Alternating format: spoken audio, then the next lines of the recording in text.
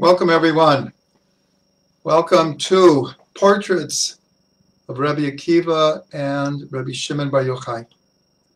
We're still in the afterglow of Lag BaOmer. It's a very different Lag BaOmer this year, I'm sure, for everyone. But the energy is there. The energy is there. And we had like a very, very nice class. But we could only get to so much. So I knew that beforehand. So that's why I scheduled this as Portraits of Rabbi Akiva and Rabbi Shimon Bar Yochai. So we're going to start with Rabbi Akiva. We'll do half the class for Rabbi Akiva and the second half with Rabbi Shimon Bar Yochai. I see people are coming on, so we always sing just a quick nigun to give Jewish time people to get in there. Ding ding ding ding ding ding ding ding ding ding ding ding ding ding ding ding. Hey ding ding ding ding ding ding ding ding ding ding ding ding ding. Hey ding ding ding. Hey ding ding ding ding ding ding. Hey ding ding ding ding ding ding. Hey ding ding ding ding ding. Hey ding ding ding ding ding ding. Hey ding ding ding ding ding. Ding ding ding ding ding. Hey ding ding ding ding ding, ding ding ding ding, hey ding ding ding ding, hey ding ding ding ding ding, ding ding ding ding ding, ding ding ding.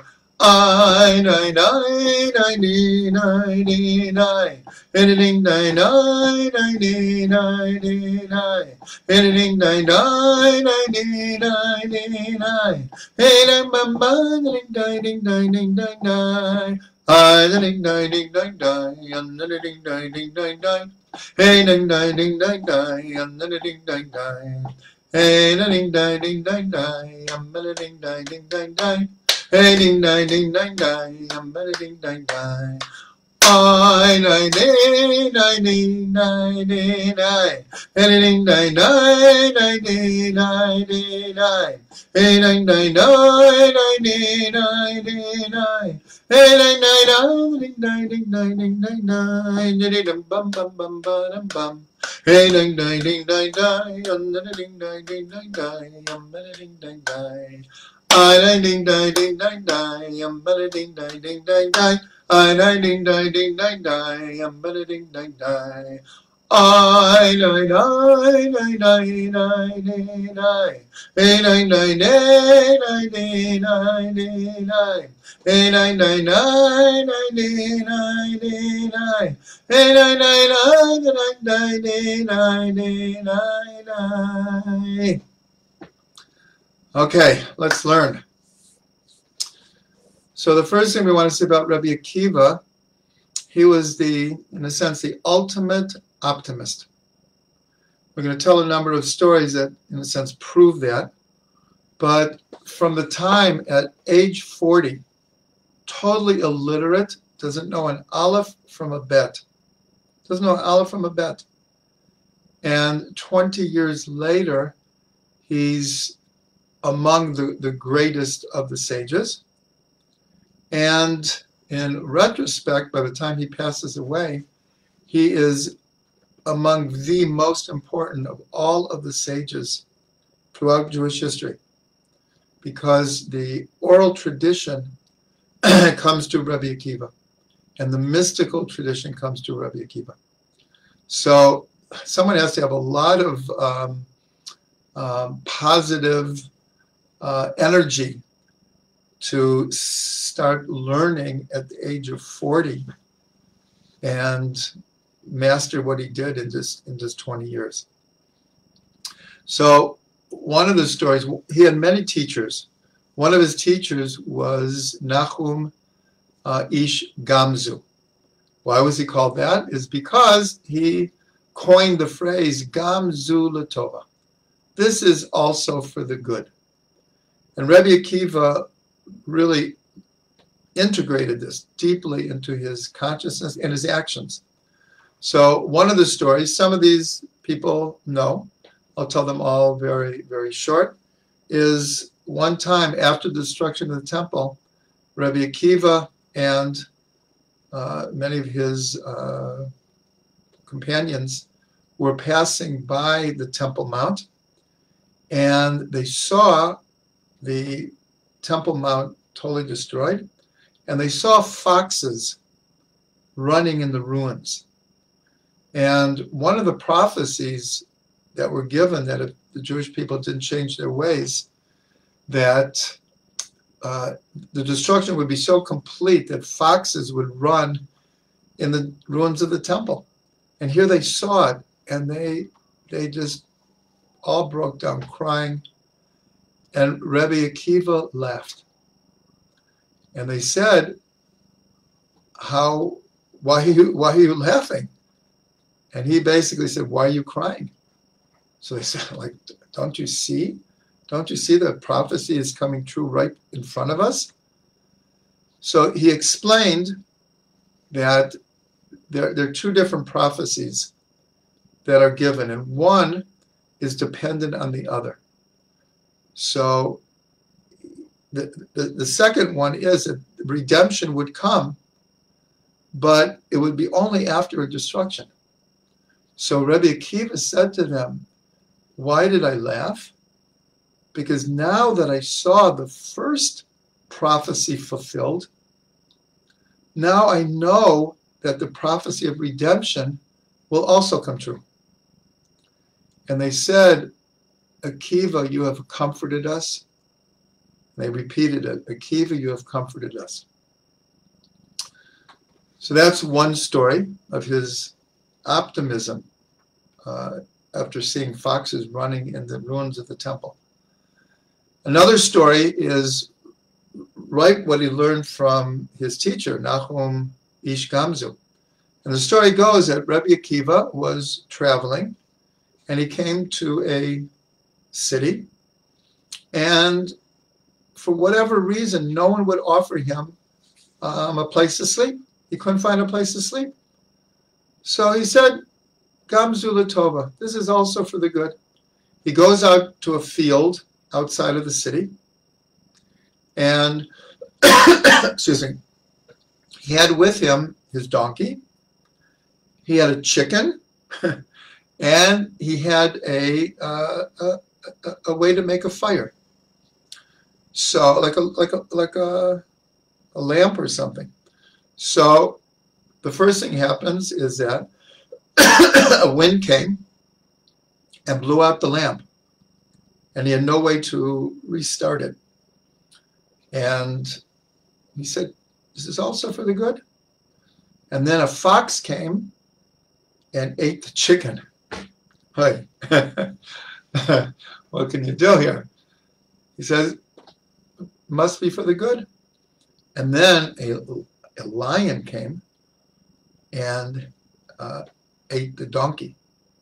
So Rabbi Akiva is left out there all by himself in the dark. And he says, Gamzu Latova. In the morning, he wakes up and he comes into town, and he sees that it's pandemonium. What had happened during the night is robbers came, and they terrorized the town. They robbed everyone, havoc every place, and they left. So Rabbi Akiva said to himself, if I would have had the lamp, they might have seen me right outside the city and come and rob me also, or worse. And if the chicken was there, it would have started crowing, and the donkey would have started braying. So Gamzu Latova. Everyone remembers in the Seder of Pesach. So it says that Rabbi Eliezer, Rabbi Yeshua, Rabbi Elazar ben Azariah, Rabbi Tarfon, and Rabbi Akiva were all together in Bnei Brak. And that's a story where they stayed up all night until telling the story of coming out of Mitzrayim until their students came in the morning and said, Rabboteinu, Hazman shel Kriyat Shema has come. The time, it's morning. They were so involved in their discussions. Okay, so there's many explanations of what's going on here. But the point I want to make is Rabbi Akiva was, at that time, was the Rav of Bnei Brak. I didn't mention that it was in Bnei Brak. And the question is Rabbi Eliezer, Rabbi Yeshua, and some of the other, they were his teachers. He was the youngest among them. And not only that, but I think it was Rabbi Eliezer who held that a person should not go to their Rebbe on Pesach or any holiday. They should be at home. And here you see they all left home and they came to Rabbi Akiva. So the simple answer is Rabbi Akiva, this was a very hard time in Jewish history. It was after the destruction of the temple. It was right before the Bar Kokhba rebellion. The decrees against the Jewish people were horrible, extremely difficult time. And they all gathered to be with Rabbi Akiva because he was the ultimate optimist. That's where they needed to be. They needed to be with Rabbi Akiva. So one other story that is showing his great optimism is the way that he leaves this world. He's being tortured by the Romans in full view of his students, and they are flailing off his skin with burning combs. Can't even imagine how painful that must be. And as it's obvious that he's getting towards the end, his students could see he was preparing to say the Shema in the morning. And they said, Rebbe, like, how far can you go? Like, how can you have any yeshuva dat, any concentration, any focus to say the Shema as you're about to leave this world and being tortured to death?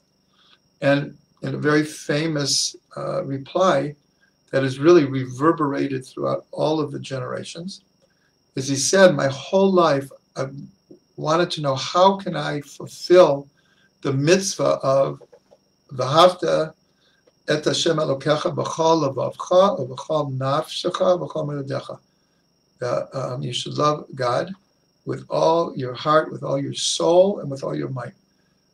I've been wanting to fulfill serving God with my whole soul, my whole life. Now I have the chance. I shouldn't grab it.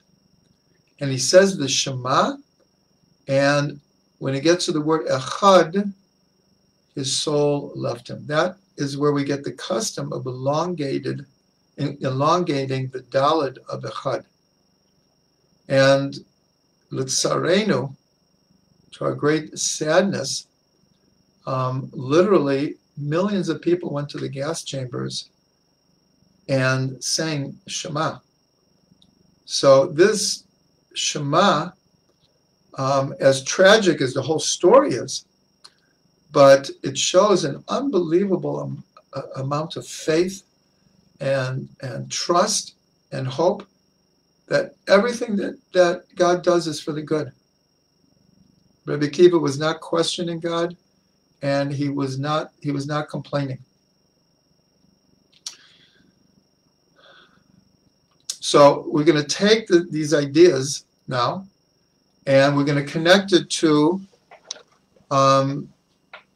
two other stories with Rabbi Akiva that very, very important stories. And it's going to bring us to a different connection with Moshe Rabbeinu. So the first story it's in Masechet Chagiga. I believe it's on Daf Yud. It's somewhere between Yud Aleph and Yud Dalet, between 11 and 14. This is considered the most mystical part of the whole Talmud. And there the story is of Arba Shenichnasu Lepardes, 4 sages that went into the orchard, pardes, into the orchard. What is meant here? It means that this pardes represents a very, very high, elevated level of mystical meditation, where they could transcend their physical being and enter into the higher worlds. That's what it means, before that entered into the pardes. The word paradise comes from pardes.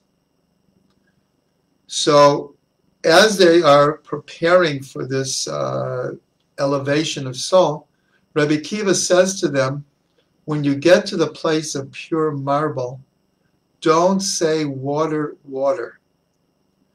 Because one who speaks untruths in that high place will not be able to make it there, will not be able to stand there. So what did Rabbi Akiva mean? What do you mean?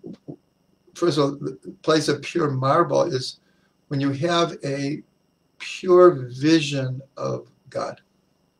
That's what their goal was to become close to God and experience as close as you can get. And water, water, it represents paradox. What he was warning them was, when you get closer and closer to God, you might think that everything will be not simple, but will be totally unified and a clear vision. And he was warning them, is the closer you come to the essence of God, the closer you come to paradox. And unless you are have a lot of faith and understanding, paradox can drive people crazy. But the truth is, all of Judaism is based on one paradox after another. And the truth is, modern physics is totally based on a whole string of paradoxical realities that nonetheless are true and have been proven. That's a whole other subject. So the important thing here is that Rabbi Akiva, he wasn't bothered by paradox. He understood that paradox is just part of reality, because the very essence in Kabbalah, the very essence of God is paradoxical. Many, many different phrases in Kabbalah that point that out. So it's important, because you could say, and we'll see in a minute, Rabbi Akiva is being tortured to death. Or students who are watching it could maybe easily say, Zu Torah v'zu schara, this is Torah and this is its reward. Rabbi Akiva devoted the last 80 years of his life to teaching Torah. He died because he refused not to teach Torah publicly, which became forbidden by the Romans. So now we're going to tell another story, and we're going to try to get to like a very, very deep understanding of why it was Moshe Rabbeinu who received the Torah. So the story is that when Moshe Rabbeinu is at Har Sinai, he spent 3 40-day periods on the top of the mountain, and he saw, very symbolic here, but he saw God putting crowns on the letters. As you may know, that there are, on certain of the letters, there are crowns, either 1 or 3 crowns. Not in every letter, but on most of the letters, there's either 1 or 3. And so Moshe asked God, what are you doing? So he said, in the future, there will be a person, Rabbi Akiva, who will darshan piles and piles of halacha based on these crowns. So Moshe Rabbeinu says, can you show me this person? Like, this is amazing. Who is this Rabbi Akiva? So God says, turn around. So again, we're all symbolic language here. So Moshe Rabbeinu turns around and he finds himself in the Beit Midrash of Rabbi Akiva, about 1,300 years in the future.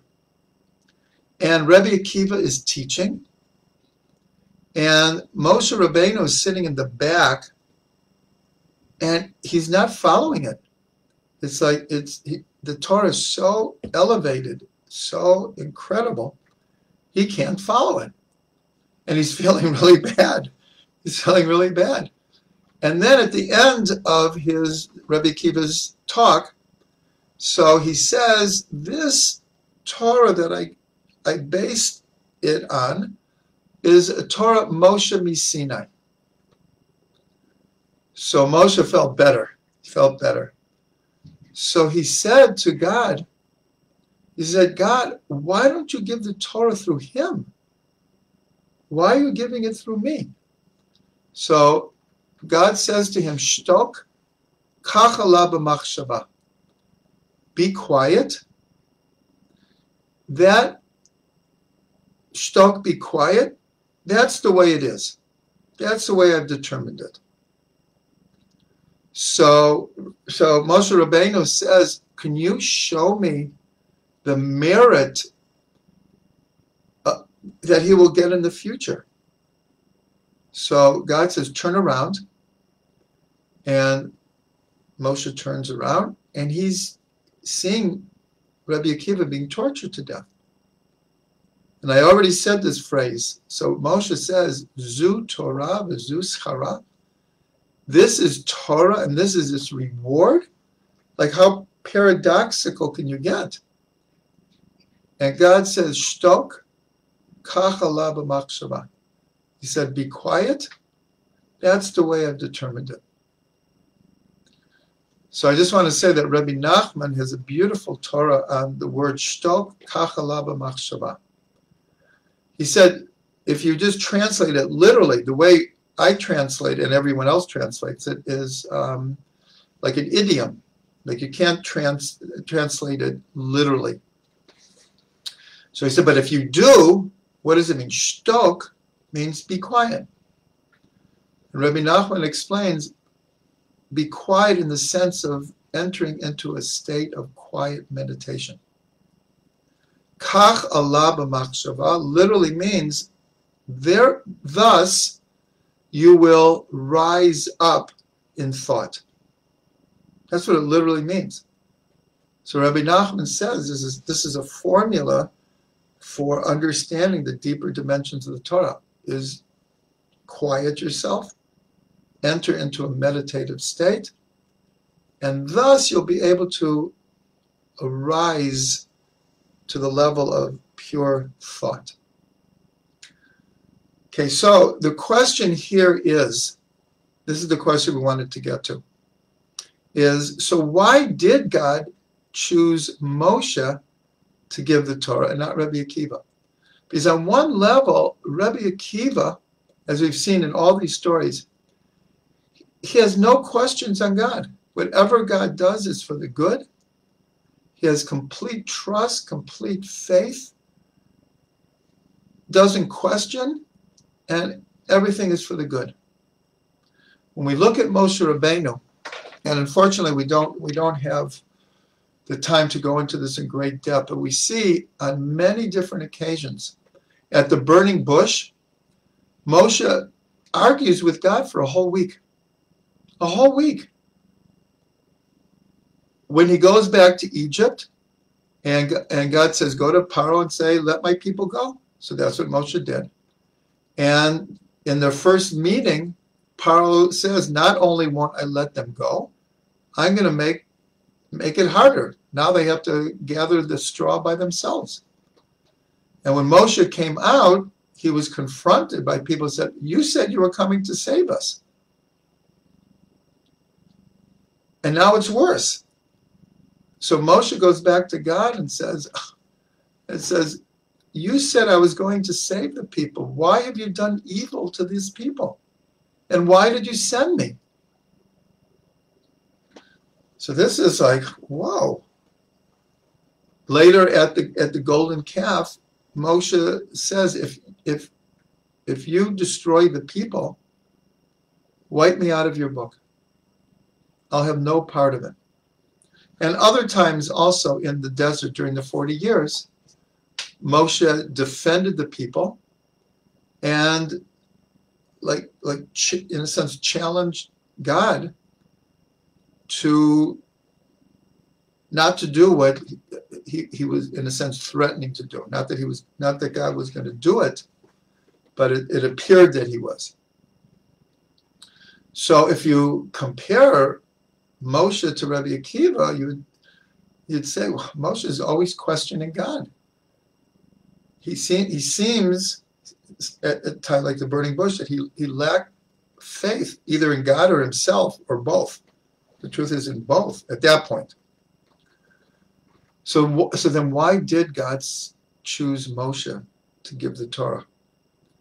And so there's a phrase in the Talmud that says, Ein mosrin sitrei Torah ela lemisha doeg belibo. The secrets of the Torah are not given over to someone who's not worried in their heart. What kind of worry are we talking about? We're talking about an existential worry about the state of the world. In other words, halavai, we should be on Rabbi Akiva's level. Halavai, of this perfect faith. Whatever you do, God, it's all for the good. Moshe Rabbeinu is bothered deeply by the brokenness of the world. And he not, when he challenges God, it is with perfect faith, because he believes that God is perfect and good and just. But then when he sees evil in the world, it's so paradoxical. He questions God. He questions God. And strangely enough, that's why God chose Moshe. He chose Moshe because as much as he wanted a leader, he didn't want a yes man. He wanted someone who was worried about the brokenness of the world, who wants to fix it. In fact, at the burning bush, Moshe was saying, why are you sending me? Why don't you just send Mashiach? Or why don't you just save the people? What do you need me for? And if we're going to have a redemption here, let it be the full redemption. God already revealed at the burning bush that there would be other exiles. And Moshe is saying, why can't we just jump to the redemption now? So Moshe's questions were out of love of the people, love of humanity. He wanted a fixed world. And it really bothered him that evil bothered him. Now this is part of a whole greater discussion about evil, etc. But the point that we want to make here is just finishing with Rabbi Akiva. And what we're going to see it right now is that according to the revelations of the Arizal about the Gilgulim, the reincarnations of Rabbi Akiva, well, there was a spark of Moshe Rabbeinu in Rabbi Akiva. So it's not like they're like so different. It appears that they might be so different, but they were very complementary. Okay, so that leads us into what did the Ari say? What is the soul history of Rabbi Akiva? And we're going to have to do this quickly because we want to get to Rabbi Shimon Bar Yochai also. And so we'll start that the Arizal said that Rabbi Akiva was a very, very unique soul because he had a spark of both Cain and Abel in him.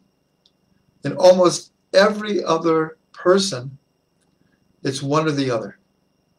The fact that he had both meant that he had tremendous potential of fixing What happened between Cain and Abel is he had a part of each one of them. The next, let's say, phase of his soul history was Yaakov Avinu. Yaakov gets his name because he's holding on to the heel of Esav. He's holding on to the heel of Esav. And Yaakov means heel. And Rabbi Akiva is, we'll see, he's from a family of converts from Esav, from the lineage of Esav. So the symbolism of him holding on to the heel of Esav is showing there's a deep love-hate relationship. Anyone who was in the last class, we went over this, is that Cain and Abel, and in a sense, Yaakov and Esav. He has all of these parts in him, which means that he has the potential to fix this. He has the potential to fix this. There's also, according to the Arizal, a part of Yasaka, the tribe of Yasaka, who were among the wisest of the tribes, and a spark of Moshe. Because we're told that the soul of Moshe returns in every generation in the leader of the generation.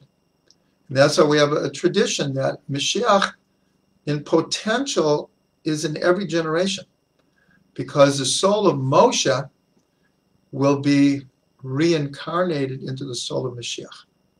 If you look at the first two letters of Moshe, Mem, Shin, and the first two letters of Mashiach are Mem, Shin. And the Gemara says about Moshe, Hu HaGoel HaRishon, Hu HaGoel HaAcharon. He is the first Redeemer, and he is the last Redeemer. So Moshe and Mashiach are, in a sense, one soul. So now we can understand a little bit deeper this whole story with Rabbi Akiva and Moshe Rabbeinu, Moshe being in the Beit Midrash of Rabbi Akiva. But the way that we see this played out is in Cain and Abel also had a love-hate relationship. Yaakov and Esav had a love-hate relationship. And from Esav comes Rome. And Rome and Israel had a love-hate relationship. Ada Yom Hazeh, because according to our tradition, Christianity comes out of Rome, and Rome comes out of Esav. So to this day, there is this love-hate relationship between Judaism and Christianity. It's played itself out throughout history in sometimes very tragic ways. So this is a bit of the soul history of Rabbi Akiva. And we'll just end by saying that here is Rabbi Akiva, who the Talmud is full of stories of the sages who went to Rome and had discussions with the rulers, politics, and religion. We see that many Romans converted. The upper echelons of Roman society, many of them converted. There was a deep love-hate relationship. And yet, it's Rome that destroys the temple. And it's Rome that Rabbi Akiva and Bar Chachma rebelled against in the Bar Chachma rebellion. And yet, Rabbi Akiva, his second wife, after his first wife, Rachel, dies, marries a convert from the aristocracy of Rome. So we see that Rabbi Akiva was a very complex individual, and he had great potential to try to bridge the gaps. He was hoping with the Bar Chachma rebellion, as we learned on Monday night on Lag BaOmer itself. He had a vision that the Roman Empire was ripe for a spiritual revolution. And he was hoping that the Bar Kokhba rebellion would lead to not only a more general rebellion in the Roman Empire, but that they would, in a sense, all convert en masse to a belief in one God. And we see that 200 years later, the whole Roman Empire adopted Christianity. And from that comes the Roman Catholic Church today. From that mass conversion of the Roman Empire. So Rabbi Akiva really wanted to bridge the gap between Rome and Israel in a sense. But paradoxically, it came out that he had to rebel to put that into motion. It didn't turn out that way, but that was the vision that he saw. Okay, now we're going to go to Rashbi, and I'm going to take a drink of water in between. I already said a bracha, so.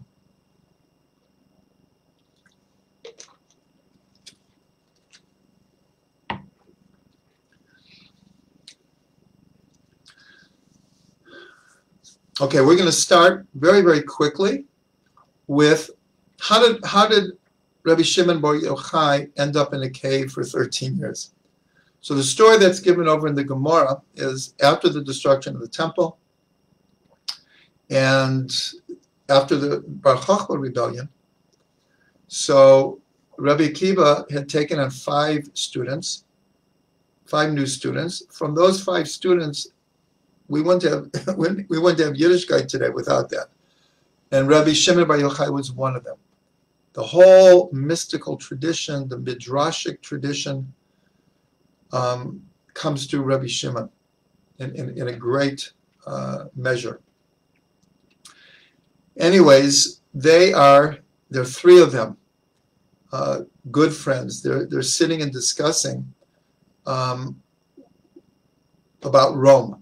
So Rabbi Yehuda says, in a sense, they're not so bad. Look at, they're building bridges and they're building marketplaces, and we'll have to live with it, and that's what it is. Rabbi Yossi didn't say anything, and Rabbi Shimon bar Yochai said everything they do is for their good. They have marketplaces to take taxes from us, and they build bathhouses in order to have prostitutes. So there was a spy there who heard this, and he reported it to the Roman authorities. And they said, Rabbi Yehuda, who spoke well about us, him we will honor. We'll make him like the leader of the Jews. Rabbi Yossi, who didn't say anything, we're going to exile him to Sipori. That's where actually Rabbi Yehuda Nasi compiled the Mishnah. And Rabbi Shimon, death sentence. So Rabbi Shimon, I'm telling this in short, Rabbi Shimon goes and he hides in a cave. And it says that a miracle happened, and a spring of water made itself known there in a carob tree. And they had water, and they ate carobs, and they, meaning he and his son, Rabbi Elazar, lived in this cave for 12 years. And that's where the teachings of the Zohar, in good measure, were compiled and brought down and ended up in the Zohar. So the story is after 12 years, Eliyahu Navi comes and says, who's going to tell Rabbi Shimon that the decree is over? He can come out of the cave. So Rabbi Shimon and Rabbi Elazar come out of the cave, and the first thing they see is people working their fields. And because they've been learning Torah day and night, and on such a different dimension of consciousness, they couldn't understand people dealing with the mundane realities of this world. And it says everywhere they went, they burned everything up. So a bot call came and said, God was speaking through the bot call, I didn't bring you out of the cave to burn up my world. Go back to the cave. So Rabbi Shimon goes back to the cave. And a year later, he's ready to come out. Another bot call. He comes out. And this time, it's Erev Shabbos. And they see an old man like hurrying to go home. And he has 2 bundles of hadas. Like on Sukkot, hadasim. Excuse me. So he asks him, what are you doing with the hadas? He says, L'kavod Shabbos, for the honor of Shabbos. So he says, well, why do you have 2 bundles? Wouldn't one be good enough? So he says, one is for Shamor, you shall guard the Shabbos, and one is for Zachor, and you shall remember the Shabbos. In the first tablets, it says you shall remember the Shabbos. In the second tablets, it says you shall guard the Shabbos. So Rabbi Shimon was just like, wow, that's so beautiful that it was symbolic of he had tempered his fire. Rabbi Shimon, if you see other stories in the Torah, he was a fiery person, very, very fiery person. Not in a negative way. He just was very passionate, and his learning was on fire. So I'm telling that story because that's going to have a lot to do with the idea we want to give over here. So in the Zohar, one of the sections of the Zohar is called the Enduro Raba, which literally means the great gathering, a place of great gathering. And actually, in Israel, up near Tzfat, on the way between Tzfat and Meron, where Rabbi Shimon is buried, Rabbi Tarfon is buried there. And on the way, there's a little cave. And in the cave, there's a sign that says, by tradition, this is the place where Rabbi Shimon sat with his students with his great gathering, the Enduro Raba. There were really only 10 people there. Only 10 people there. And in this Enduro Raba, so Rabbi Shimon in the beginning says, Oy if I do, and oy if I don't. What did he mean? He meant, oy if I reveal the secrets I'm about to reveal, and oy if I don't reveal them. In other words, he had many, many teachings that he had not revealed yet. And now he felt was the time. So in this, he makes a statement. I'm going to read the statement to you, and we'll go back over it. So here's what it says in the Zohar. It says, Rabbi Shimon rejoiced and quoted the prophet Habakkuk. Anyone who wants to look up this verse, it's in 3rd chapter, 1st verse. And Habakkuk says, God, I have heard your speech, and I was afraid. So Rabbi Shimon said, it is therefore rightly done, seeing that fear has followed. In other words, someone has a revelation of God. Fear means being in a state of awe. Just, mamash, you're in the presence of God. But listen what he says. Again, he says, it is therefore rightly done, seeing that fear is followed. But for us, the matter rather depends on love. As it is written in the first passage of the Shema, and you shall love your God. And is written in Malachi, I have loved you, says God. Now, one could just say, well, that's very nice. But what I want to propose here is that what Rebbe Shimon is saying right here is a watershed in Jewish history, an absolute turning point in Jewish history, what he's giving over here.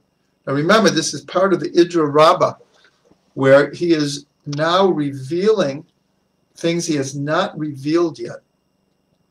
And he's also like, should I or shouldn't I? But he does.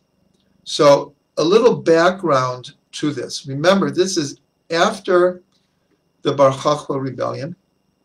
This is after the destruction of the temple, and the reason given, or at least one of the reasons, it's quoted all the time as the primary reason, is sinat chinam, is that there was hatred between people.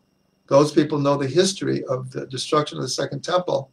The Jewish people were very divided at that point as they didn't as to what to do, how to react to the Roman conquest. And it led to the destruction of the temple. And then the 24,000 students of Rabbi Akiva died. Why? They didn't give enough honor one to the other. Afterwards, Rabbi Akiva, even though we don't know it was after, but the way I learned it, there's every reason to believe that after Rabbi Akiva sees his 24,000 students die because of a lack of honor one to the other, he said, "V'havta l'recha kamocha, zech klal gadol b'Torah." You shall love your neighbors yourself. This is the great general principle of the Torah.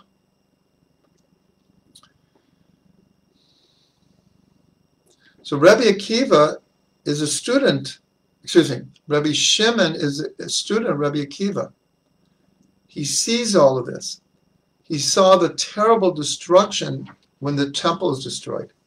He saw the terrible destruction when the Bar Chachma rebellion was put down.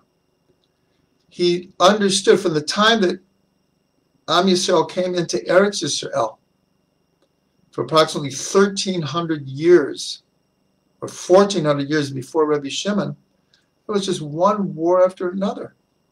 Israel was constantly fighting to just survive and remain an independent state in Eretz Yisrael. So now the Bar Chachma rebellion is over.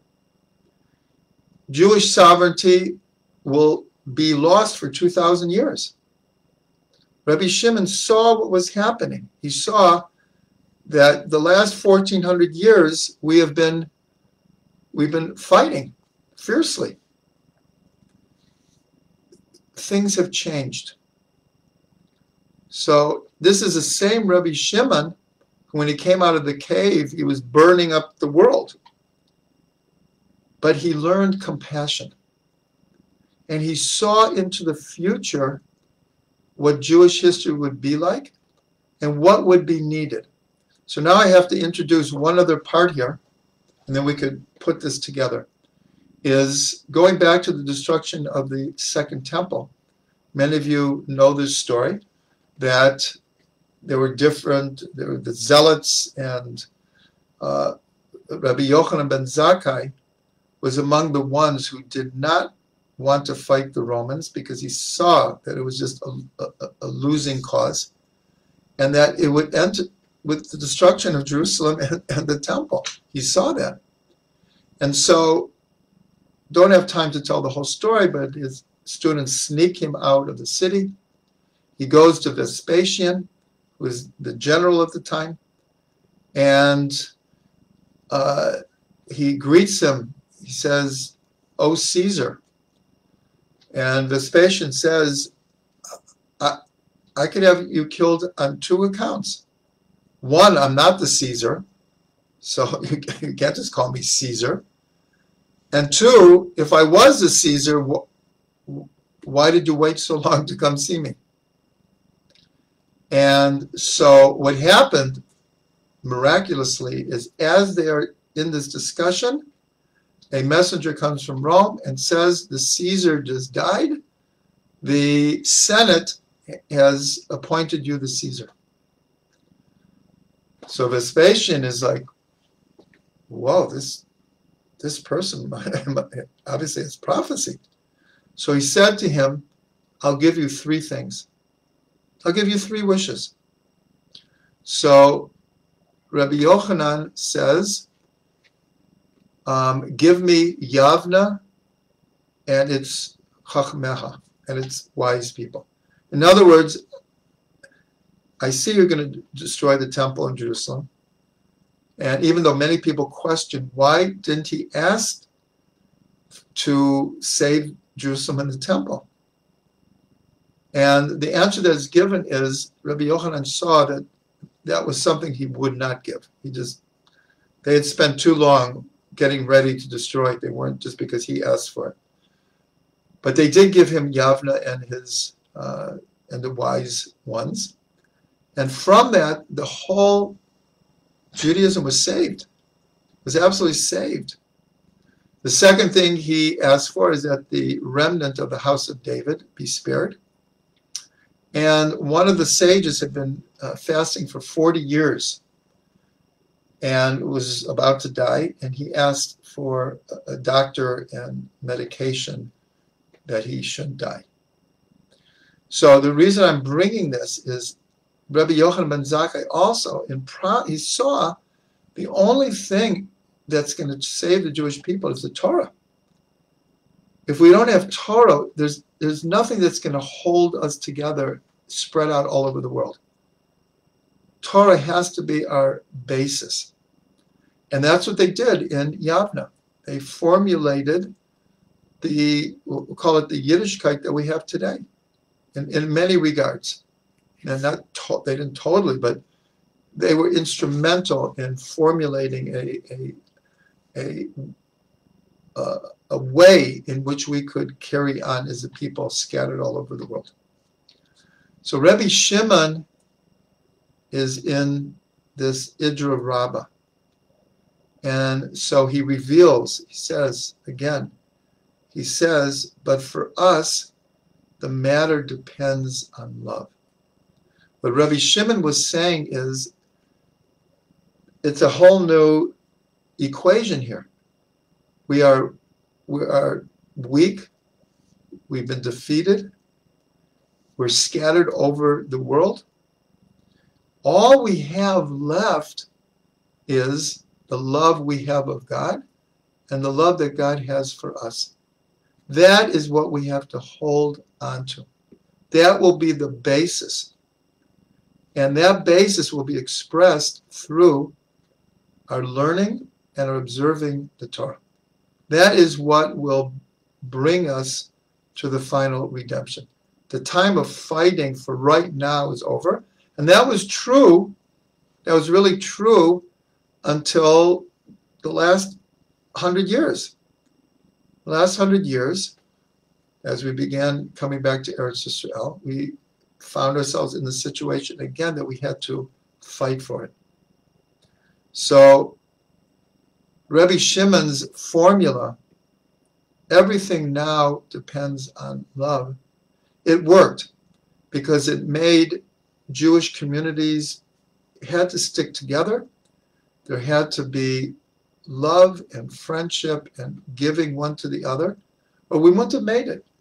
It wasn't by arms that we made it to today, for most of our history. Today, now, it's a different situation again. It's a different situation. We're back to, we need to defend ourselves. But we'll end with what Rebbe Shimon said. He said, through the merit of learning the secrets of the Zohar, we will be redeemed barachamim, with compassion. And this is really our prayer with all the wars in the world and how many wars Israel has fought in just the last 100 years. Just war after war after war after war. Intifada after intifada. Gaza after Gaza. Lebanon after Lebanon. Sinai, Yom Kippur War. War of Independence. Gulf War. It's just every few years there's war. And what Rabbi Shimon was saying was that one of the ways to get to redemption, along with having to defend yourself, is through learning the inner dimensions of the Torah. That's the secret of Lag BaOmer. That's the symbolism of the bonfire. In an ordinary year, literally 500,000 people. In the last years, it grew. I went in 1975 to Meron for Lag BaOmer, and there were maybe 10, 20,000 people. I wouldn't say only. That's also a lot of people.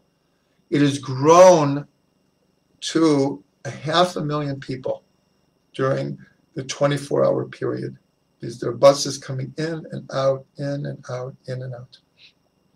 So, Baruch Hashem for Rabbi Akiva, Baruch Hashem for Rabbi Shimon Bar Yochai, Baruch Hashem for the teachings they gave over to us, and coming out of Lag BaOmer, we're on our way to Shavuos now.